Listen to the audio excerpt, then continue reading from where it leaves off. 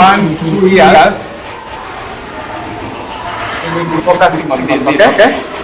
We'll be focusing on that project. So, and what we will do at large is to train you to understand Fmnr processes. Fmnr processes. That's what we'll be talking about, okay? And in the process, we will also do what is called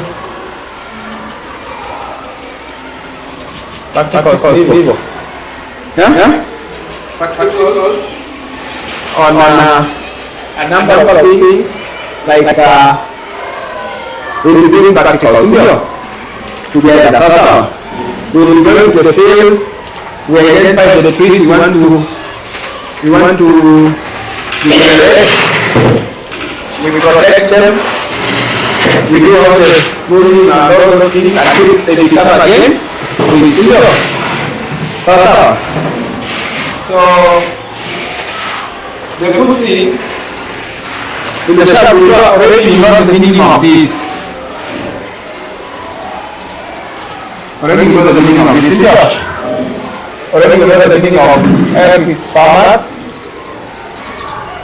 M is management,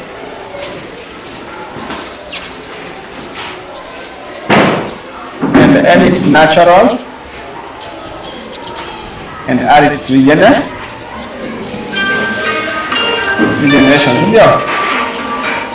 Don't you? Already you know that.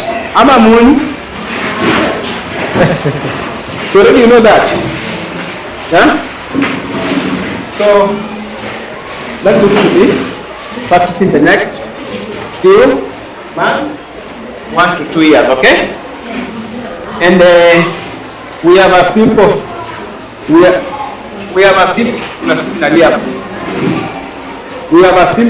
manual that is simplified for learners to get to learn it, okay? A simplified one in a very simple version. So,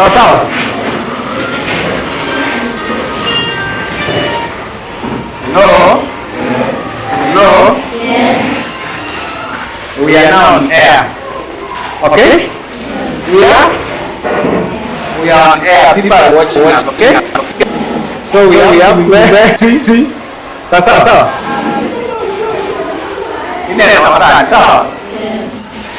So don't say that I didn't inform you.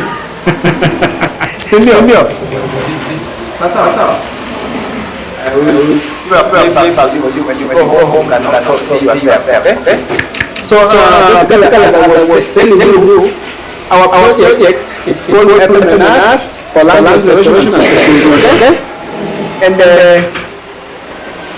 we will be training you on Fmnr processes. We will focus on Fmnr processes so that you can have the knowledge and skills. You can practice it at home, okay? Yeah. It's more similar to what you are doing with broad farming. You are trying to generate restored soil. The soil is structured by just adding the green matter. As they dry, they decay, they enrich the soil. Yes. So one thing that you are doing, one thing that God's farming is promoting is it's encouraging. It's improving soil. It's improving soil. It's improving soil structure. That is one thing that God farming is doing, and that's why you are practicing, and that's why it's the best. So, how many of your parents using chemicals to drive the weeds at home for them to plant? So tell your parents not to use the chemicals to kill the weeds at the farm. Rather, let them clear green matter and place them inside the crops. So that they are able to not only to weed the farm, but also to protect the living organisms in the soil.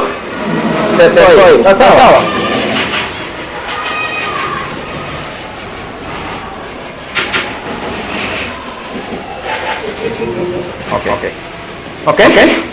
So they are able to do what? They are able to protect the soil. When we have some learners here, even after training them and teaching them about farming, they are see their parents using chemicals to drive the weeds in the farm. Instead of them cutting the green matter, they place their plants and they are able to weed naturally. Sindio? Okay? Yes. When you go back home today, tell your parents, the reason why the land is barren, okay? The land no longer produce good yields, okay? You remember that? When you go to the home day, please remind your parents that they continue usage of chemicals like Roundups. Benson,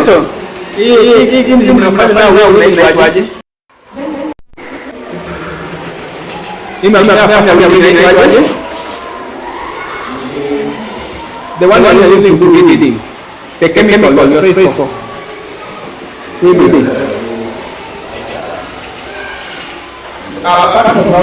There is this one that for the maize, Magugu. It's called Magugu. So when you hear your parents, they are looking for money job. I was looking for Colop. Yeah.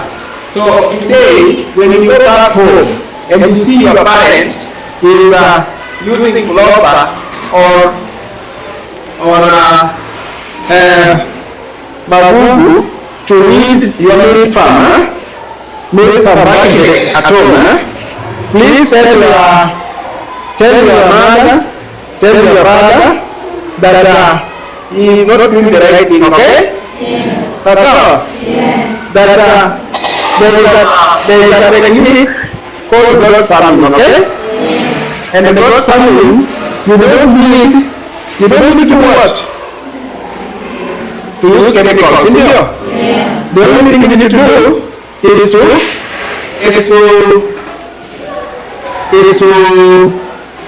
cut the green matter, you place it in the farm, and they are able to weed naturally. Yes. Don't just tell it like that. Tell your parents the effects of using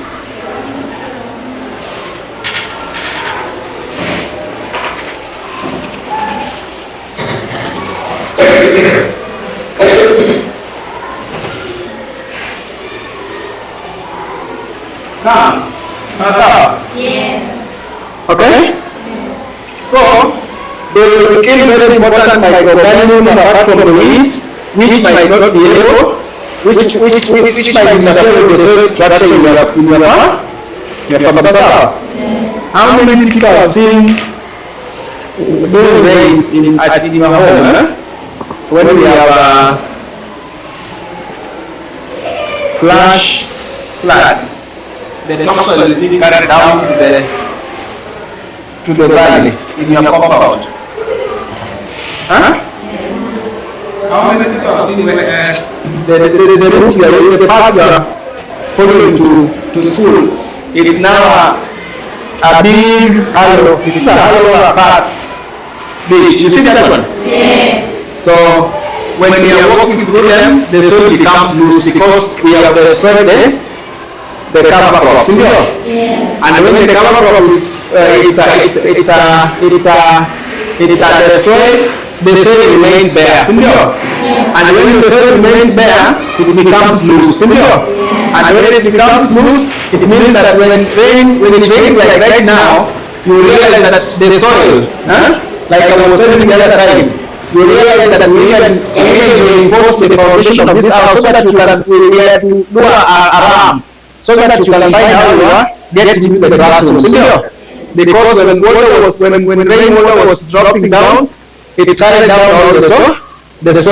A very good example, when you get out of this place, you go down under this shade tree, you realize that the topsoil has been swept and deposited the other side. Yes. So that is one. So as we are going through, one of the things you need to explain to your parents that why they need to practice Fmnr at home, it is because it's a low cost and a more effective way of regeneration. Yes. Whereby you don't need to plant trees. You saw your parents, your mothers, harvested firewood from the bush behind the house. You harvested some firewood, you take them somewhere in preparedness for the long rain. So that when you go back at home, cooking becomes easier. So if you go back to where you cleared, where you harvested firewood, if you go back there, the plantations, the trees, the lantana, camara has grown back. It has, there is vegetation taking place. If you prune the gravelia, you prune the eucalyptus, you are cut the branches. Right now you go back, you realize the branches are sprouting again. If your father said that now you can cut that gravelia down, or you can cut that fig tree down, or that moringa tree down, you realize that right now the tree that you and your brother and your sister had harvested for firewood, the root stock remained and it has sprouted again. How many people have seen their father? One evening your father comes back at home with 10 pots of seedlings, seedlings of trees, and you plant them behind the house or beside the compound. How many people? You go back home, you realize that your father or your mother came back with some seedlings, tree seedlings, then you plant them beside the tree there. And out of 10 trees, you realize that only 5 survive. Yes. What do you think is the problem? Yes? Do you know why one tree never survived? When we raise seedlings in the nursery, we support them with in the nursery, we support them with everything they need. We give them shade, we water them, we ensure that. So when to an open field, it is you are taking it to an even environment, and it needs water to adopt. How many people have been admitted to a different school before you came back here? You came here recently. You had to take some time to learn and to create new friends. So that is the same thing that happens. If you take a seedling from a cared setup and to a newer environment, and you don't care for it, it is prone to do what? It is prone to dry up. But if today we cut down this tree, the big tree out here, even if you don't take good care of it, the rootstock will remain alive. And if it's given a chance, it can regenerate to another big tree Big trees. Sindio? You have seen that one. How many people here kwao wanaipanda tobacco? Tobacco. Maipanda tobacco? Kwenu? It's a lot of work. Sindio? Ni kazi nyingi. Huwa mnataka kukata kuni kwa mlima. Mnakitaka kukausha sasa ile ya kukausha. Mnataka kuharvest matawi kwa along the road, sindio? Kwa kichaka, sindio? Ya kuchoma nayo, sindio? Tunaona hiyo. And it takes a lot of fire, sindio? It needs a lot of fire, sindio? So when this season 1 harvest, kama shambani kwa hivi, sindio?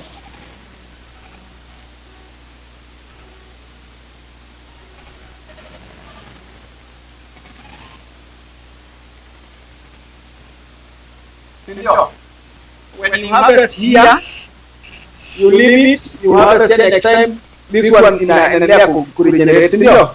Mkirudi hapa, hii imeshaanza kutapika hapa, imeshamachua, sindio? And the cycle continues. Tunafanya hivyo.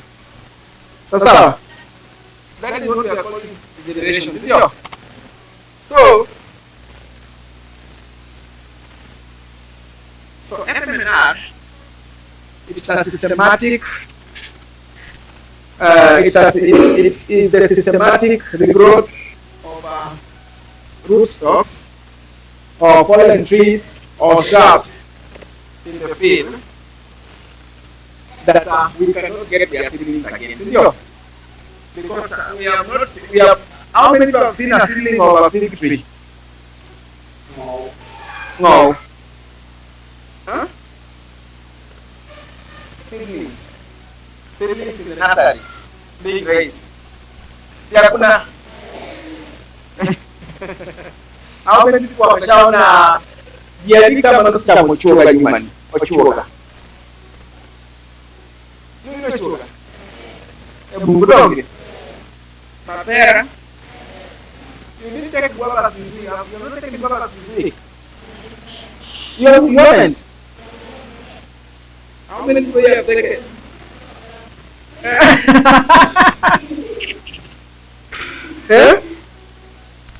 So through Fmnr, we are able to restore the trees that we no longer have the seedlings, okay?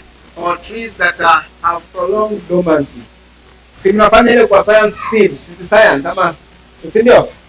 How we break the dormancy, sindio? So there are some trees like we cannot plant their seeds because it must be in a specialized setup. How many people have seen banana seeds? Banana seeds. How many people have seen banana seeds? Huh? But you know that banana they have seeds. Huh? That we plant on the pot, then we transplant. We normally live in the circus. That is what we know. Kuna ndizi kwa kinyango, wanakwambia achie ni kwa kinyango labda wewe ibwabini na kaidonge. Iko ni kama ndonge. Normally that is what is done in our neighborhood. Sindio? So from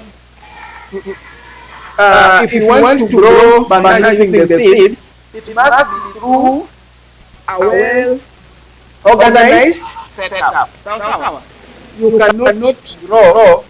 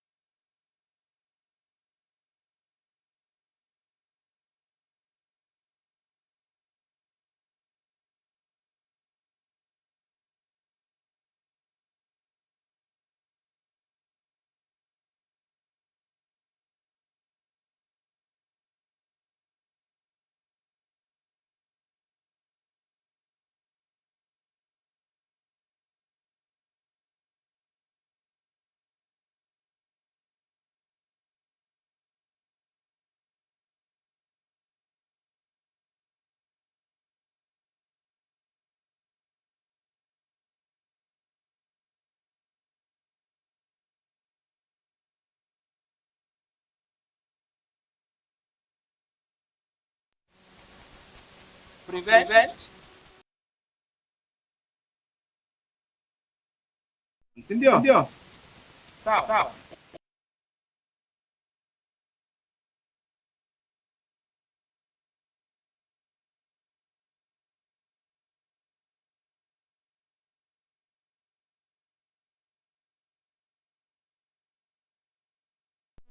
Sawa.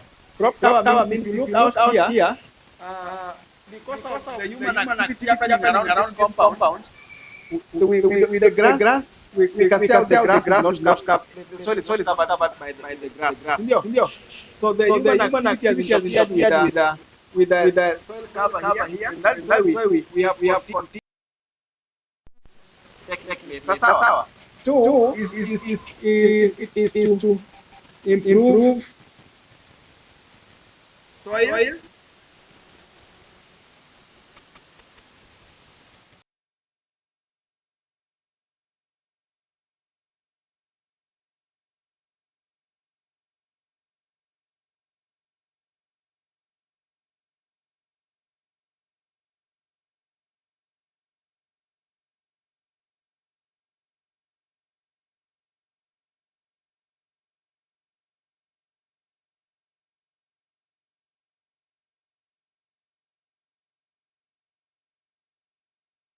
Every time on the soil, when you add green matter every time to the soil, what you are trying to communicate to this soil, because God, when God was creating the earth, He gave the ability to regenerate itself, okay? Naturally. Sawa. Through when plants grow, when plants are growing on the soil, they consume the microorganisms in the soil. When these most plants, they are seasonal. When their leaves or the remains of the plants fall back to the soil, they will decompose and decay. Then they fix the soil again. The nutrients in the plants again goes back to the soil. In not farming, what you are doing simply, when you are adding green matter here and they dry up, they decay, they small particles, plant particles, they improve the soil fertility. When they improve the soil fertility, they encourage microorganisms. Organisms. When they take microorganisms, these microorganisms, as they are living here, because you create an enabling environment. Like if you compare, you take a soil block here and the soil block at where you are practicing the goat farming, you just take a soil block. How the loamy soil, how it supports plants, and how clay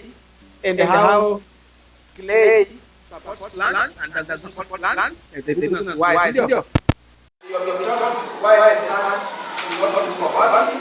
You have been taught that. So in farming, the mulching, apart from just adding the microorganisms will create process here. When it creates those small channels around, helps in the water filtration in the soil, preventing flash floods. Okay? If you go to the goat farming, you will not see the soil erosion taking place. Okay? Because every drop of water finds and around where it can penetrate the soil so easily. Going down. Making this soil move for farming because of it improves the moisture retention. Okay? You have been taught that. So we are talking about irrigation. Why we have practices Fmnr? One, the second to prevent fertility. Three.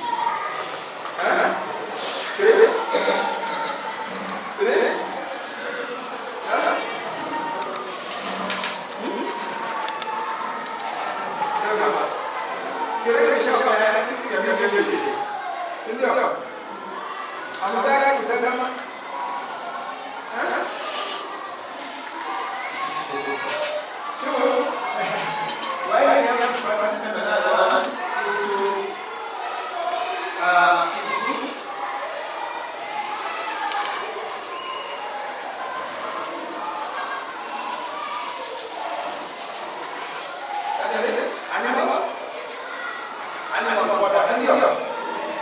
Animal. How many people have done this before? Wangapi wana mbuzi? Hawana mbuzi. Hamna mbuzi. Hamna ng'ombe. Hata ndani sana. Wangapi wanaweka mbuzi zilisha? Ama ng'ombe.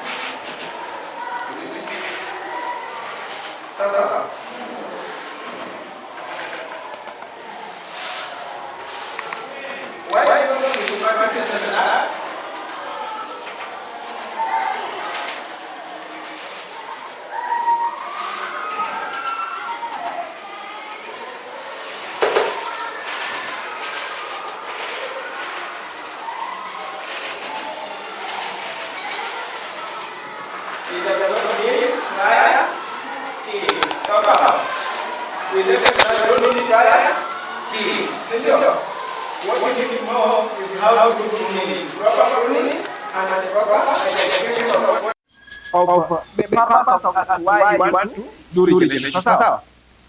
So for example, kama nyinyi kama my sister mnapanda tobacco na mnatumia a lot of firewood to dry tobacco, their need is to get more firewood to dry tobacco. Sindio?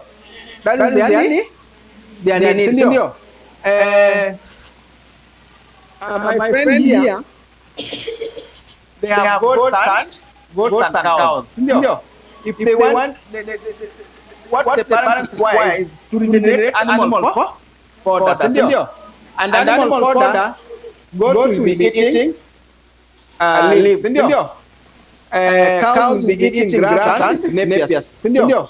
So through that one, for them, their priority is to regenerate maybe something like lantana kamara. Sindio? For them, maybe they want to regenerate something like matina grass. How many people have heard about matina grass? How many people have heard about plasmodium? No, you don't know that one for your cows. You don't. Sindio? Okay. You need to tell your parents that. So that is their need. Sindio? When you go to another place, their need maybe they want to regenerate fruits. Sindio? Maybe in the bush area of the hill, which has a wild vegetation, you used to have ochuga, sangla, sindio, anyuka. How many people have taken anyuka of late? You know anyuka? You don't know anyuka. You know anyuka? That would call anyuka. Emma? This girl that called anyuka. Iko saizi.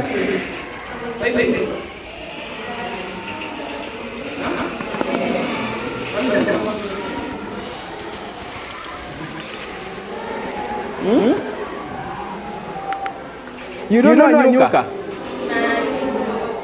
Huh? How many people have seen this plant, this fruit called ochuga? Ochuga, you know, because it's common here. Sindio? There is also another one called sangla, they know it. Huh? There is another one, I'm trying to reflect it. Yes, Onunga.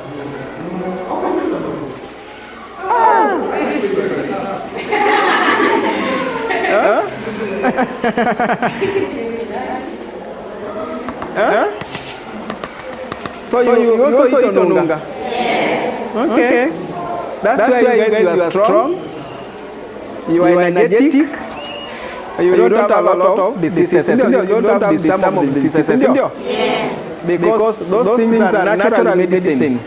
They keep the body moving. Sindio? Sawa? Yes. So basically that is what we want. I want to ask Benson to take us through problems that we want to solve with Fmnr. Sawa? Sindio Benson. So you can do that. Problems that we want to solve through Fmnr. Sindio? Alright.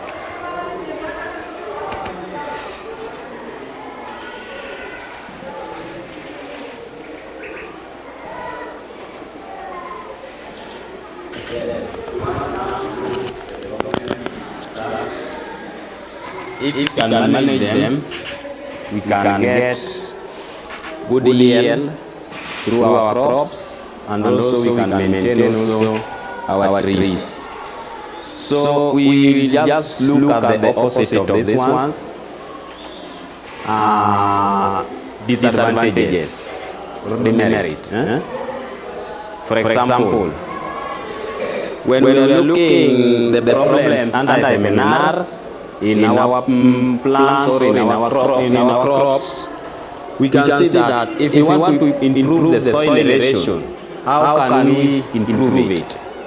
Those are the major problems, so that once we attack them, the crop yield might be very successful in that the aeration also might not take place, and also we can manage to retain our soil so that the soil can be in a good condition. So we want to look these all challenges. So we want one of us to help us with the importance or the major. So like this one, the practice under Fmnr, we look like improve the further, improve the crop yield, and also help to soil aeration. So for example, in our farms or in our homes, you can find that we have places that we can also do the crops. So once we let's say that this one is our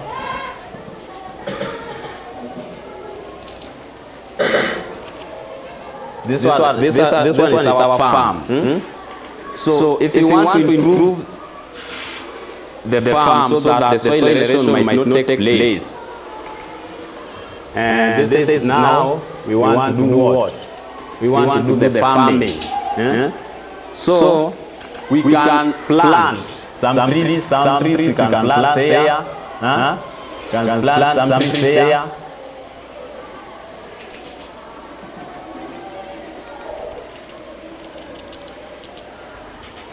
You see, once we plow here, we plant some napier grass in this side. So when the rain comes with aeration, this napier grass will block. So once the napier grass will block the rain, the force that the rain is coming with will slow down.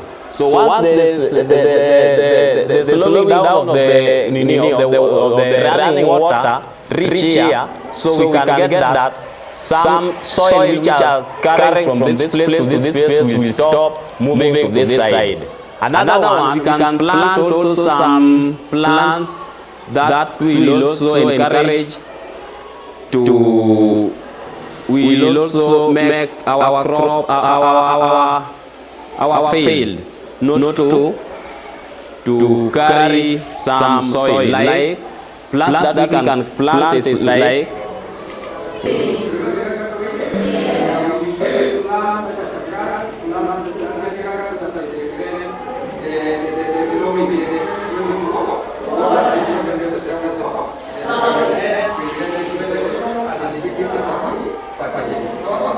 Are we together? Yes. So also like boys, sometimes we find that today, if we take the animals into this farm so that they can take some grass, the next day we go to another paddocks. In that, when they are just eating this grass here, for every day, the grass will be over, and once the grass is over, automatically the soil erosion will take place. So we do what is called paddocking. Urundu. You can get up and lay another day that side, another day that side, another day that side.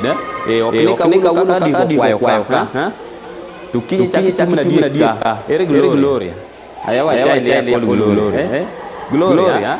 So you make a step here, another day that side, another day that side. Another thing, we can plant some trees. This tree also is helping us to maintain soil erosion. In that, when rain comes with a lot of force, they can get some trees. Then the trees is blocking them. That's also is a way of preventing soil erosion. Also cassava. How many knows cassava? Yes, cassava also is another crop which is very nice for preventing soil erosion by when we make some digest. You know, cassava we make some digest. Rage. So this ones. So let's say this one is cassava. So once the soil erosion is coming, when it's reaching this range which is called mugoka, you find that the rain, the water lacks some force to come this side. So it's coming slowly by slowly. So those are the things that we can use also to prevent soil erosion. Another thing also we can use to prevent soil erosion, who knows? Making? Yes, that one is also very vital, making stone lines. By making a line, then we make them. Building gabias also is one of them. You can use that one also to prevent soil erosion. Another thing that we can use also to prevent soil erosion, so we can gain the soil fertility in our farms, also to maintain soil structure. How can we maintain soil structure?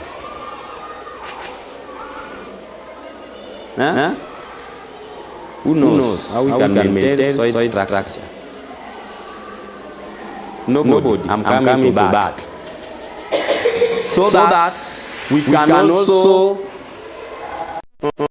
look how we can soil structure.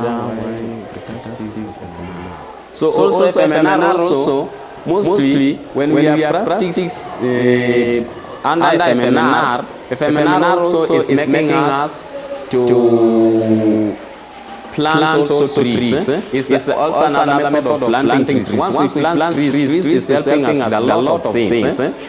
Once trees is helping us to have what? To have timber. What are we using timber for? Buildings, another one. You can use them for charcoal. The third one.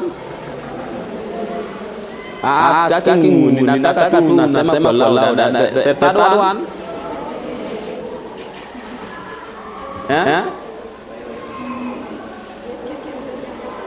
Making.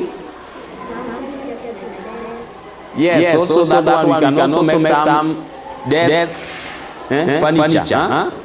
Another thing also, when we plant trees also is helping us to block strong winds. For example, in this school, I can see some trees. When the wind comes very strongly, they block. So they tell when wind come pole. So this our roof cannot go away. But when we are living in a bare compound, meaning when wind comes with a strong knee, the wind just blow the roof and we lack what now we can be inside so that we learn. So Fmnr is helping us with a lot of things, like charcoal. You know charcoal? Yes. So charcoal we get through planting the tree. Once we plant the tree, the same tree, we cut it, but by the time we are doing what is called pruning. What is pruning?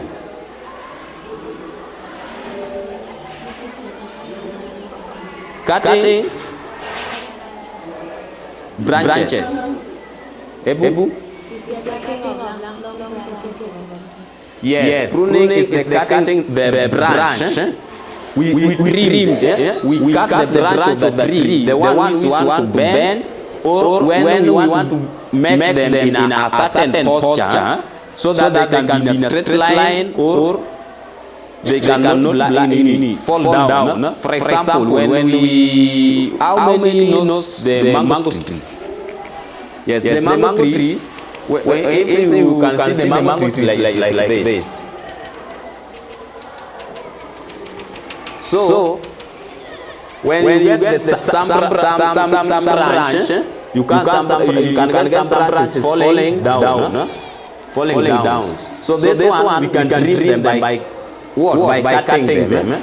So we leave the one which is very sturdy, so that the fruits of these trees cannot fall down. Another one, when we are doing pruning, please, the panga we are using must be very sharp. Why? Once the panga is very sharp, we are not going to interfere with the main branch.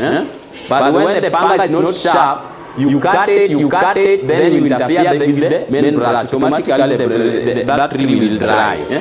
So we are encouraged that once we are using the pruning, please kindly, what you are using, if it is a knife or a panga, make sure the panga is very sharp. Under Fmnr area, also, we will look several things.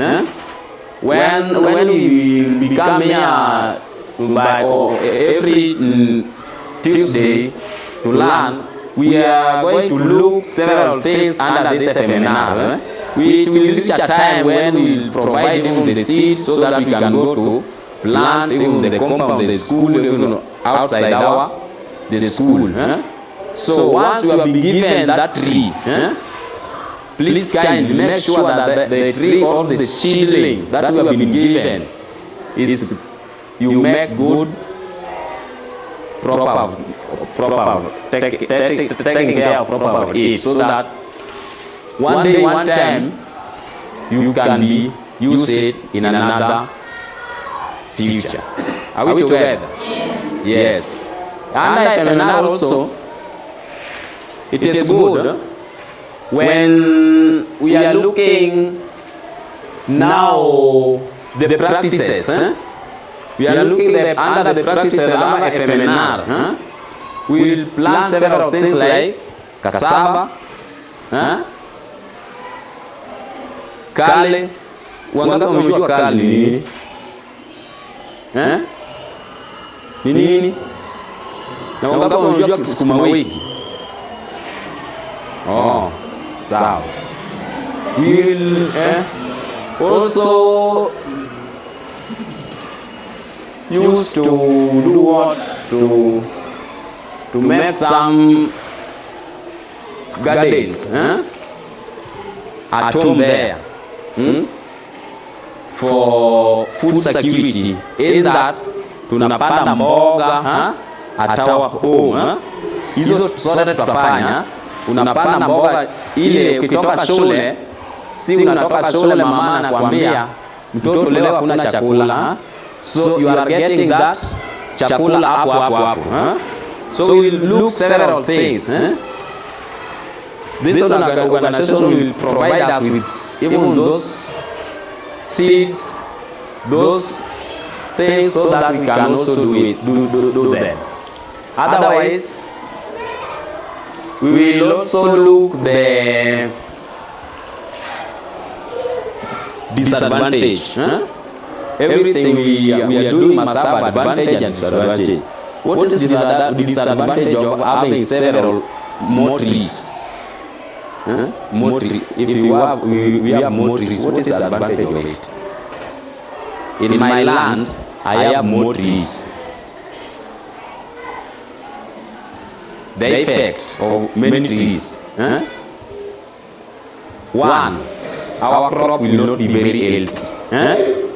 So, once we go with this seedling at home, mostly we will provide seeds, which is environmental with crops. You know, there are some trees. Once we plant them, automatically there we will not plant even the maize, millet, cassava, because they really interfere with what? With the crops. Like unos ndege moromi barge. So we have two types of ndege.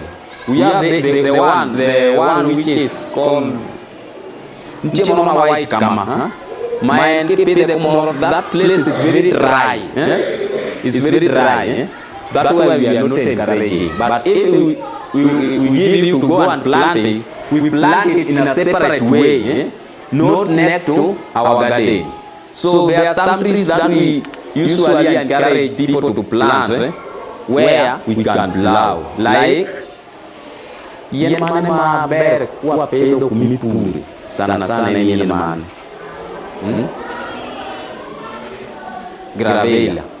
Yes, gravelia. Gravelia is a friend to our crops. So inyalo do gravelia kama ne puodho. Kuro okwanyal pidha scattered in a scattered ways. Iyudo wapidhe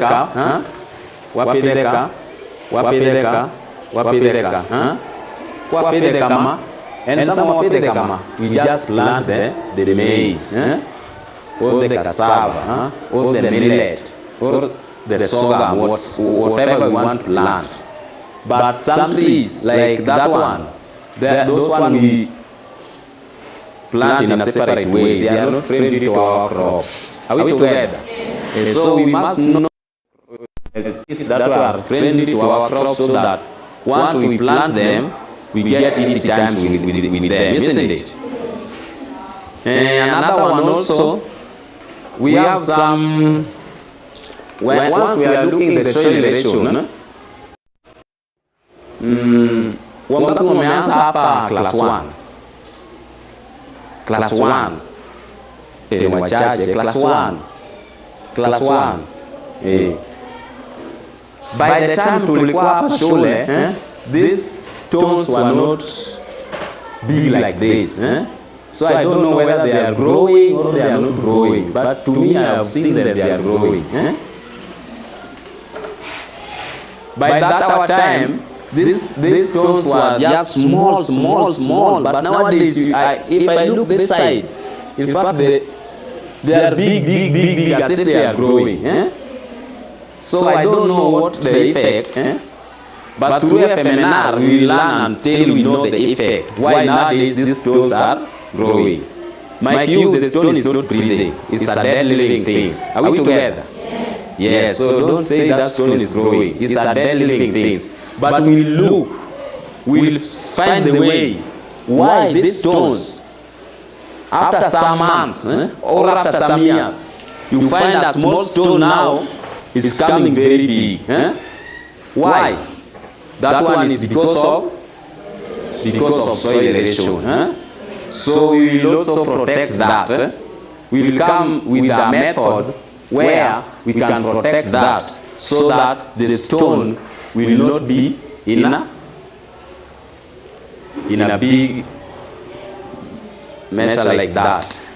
Otherwise, I know it is time has gone, and today is our kick point, but as days goes, we will come here, we learn one by one. Sometimes our visitor will not come. Maybe I will be here, I with the teacher, or the representative of the class, but as days goes, we will know how we will manage. Are we together? Yes. Thank you very much, and have a nice evening. Thanks.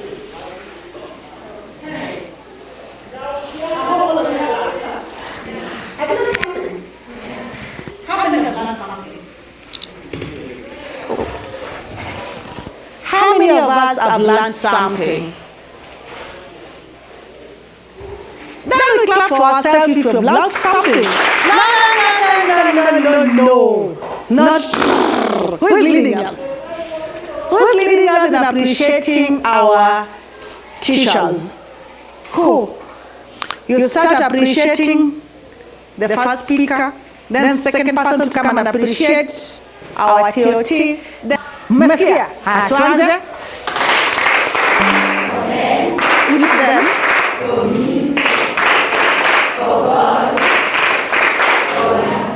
Oh, wonderful. The next person who's going to appreciate our TOT. That was for our first speaker. That was for our first speaker who was the director. Another person, you don't have to give them flowers. Who? Okay, come.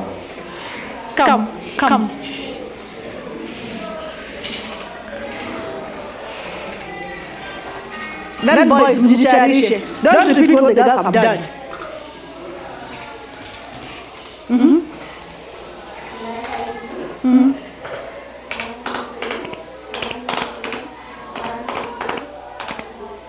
Aya, tuanze.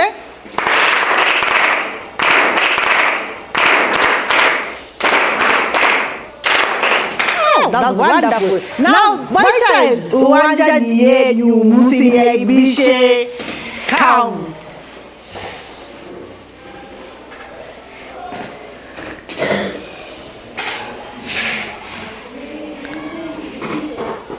I am Meskia. We'll be using CBC clap. Me, I don't know. Okay.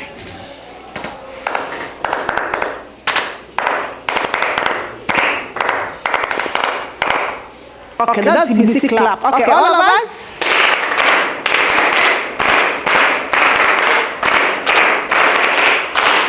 Wonderful. Another one. At least we have learned new ones. Boy child, changamka. I want to pick. Stay kuchagua account.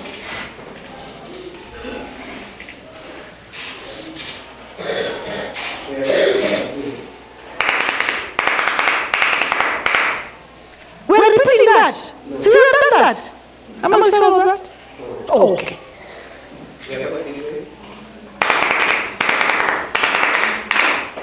It's 3 times. How many times? 1, 2, 1, 2, 1, 2. Okay. Let's do it.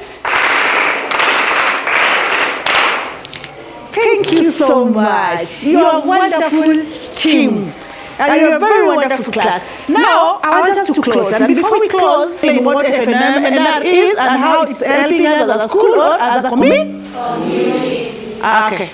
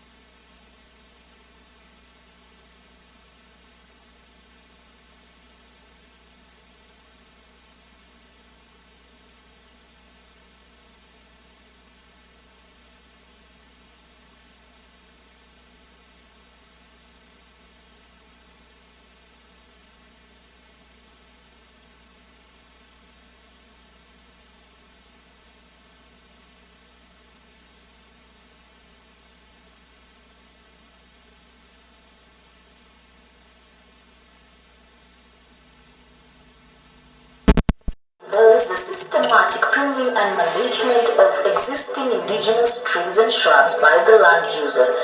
This simple act can transform barren fields into lush green landscapes. In our 6 months project that we are implementing is that FMNR has been a great tool to engage the community, whereby we have been able to reach communities from different levels, from children in learning institutions to young people in and out of school, community members, especially communities around the catchment areas, because the project we are implementing to one of the key areas in the Migori town, which is the producer of all the waters that is being consumed, and it's run by Nyasara water. So the water levels have gone down and the people have encroached the wetland and been farming there. Na pia tukizidi kupanda miti ile ambaye sio rafiki, which is not friendly to water, basi tutakuwa na kiangazi na pia tutakosa maji ya kunywa. Kwa hivyo nashukuru watu wa Millers Care Foundation kuja ili watusaidie kuwapa elimu. So we are trying to restore back the status of nature through this project. And we are telling the community that any tree that when you cut it, it has the capacity to regrow. It forms part of this project. So whenever you cut a tree and it is capable of regrowing, that is what we really need, so that we restore back the forest the way it used to be. FMNR has also had a profound impact on women. By pruning trees, they can collect firewood without cutting down old trees, reducing their workload and providing a sustainable source of fuel. Seriousness that we've been engaging the community and the women at large. The women have really welcomed the idea of FMNR, being that they will now be able to get firewood, school fees for their children, and even the chapel. And at the same time, they can utilize a small piece of the parcel of land that they have to cultivate crops and even produce some fodder for their animals. Tree is our main problem within the community. Nikech kabionge ler mar hygiene wadwaro kata mapuonjo ji kaka health promoters ok wanyal succeed. Pi biro nikech yien mopidhi, to ka yien onge to ok wanyal yudo pi. To yien ni ber mondo wabed kode nikech wan kaka mine, yien sigingi marwa. Ibiro yudo mama kawuotho to koyudo yien e yo to biro kwamo. Tiende ni nitiere advantage mar bedo kod yien.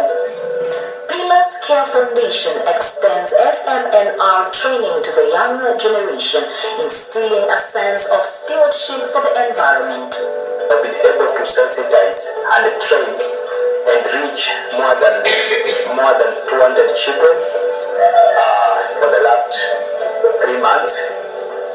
We have been also able to reach more than 150 young people, and we have worked closely with more than 15 social groups, both women and youth groups, that have got access to this information and have learned the procedures of implementing FMNR depending on the areas of their priorities. We support exactly what they're trying to do up in the community. We know it's a new approach, but we are saying it can work in our area because we have a lot of free land around here, and the forest is regeneration will actually come in handy to improve the area, the atmosphere in the area. This will help us. If we have a lot of trees in our area, it will help us in a lot of things. For example, soil erosion that's occurring in our area will actually reduce when we encourage. Therefore, we are going to encourage our community around here to support FMNR and also to ensure that new trees are coming up. It is not necessary that we have to plant new trees, but we have to come to agreement that even the ones that are there that are cut, we can just allow them to grow to become a forest in our area, and the vegetation will actually be covered. families can provide nutritious meals for their children, helping them to focus and succeed in their studies. We want to appreciate the new partner that came in, that is Afforestation, that has come up with very good ideas and practical approach to issues of addressing child labor. Initially, we had issues with the food security as a coalition, but we were lucky to get Pillars Care involved. They brought in new ideas and very good approach on issues of climate change, and specifically we are happy that we are able to involve children and community members in the project to work towards child-friendly measures that calls for tree planting, tree regeneration that are done by farmers to conserve environment for maximum production of food, so that when children go to school, they don't drop out of school because the families can not provide food. As the land flourishes, so do the communities. Fmnr is more than a technique. It's a catalyst for community development and environmental regeneration. Natural forests that used to be here, in fact, even as you can see around here, the natural forests are there. The exotic trees, not that much. That is why we are actually revocating environment and earth. Because we know even we are getting exotic tree seedlings, the ones that are there that were cut can still grow, become a forest.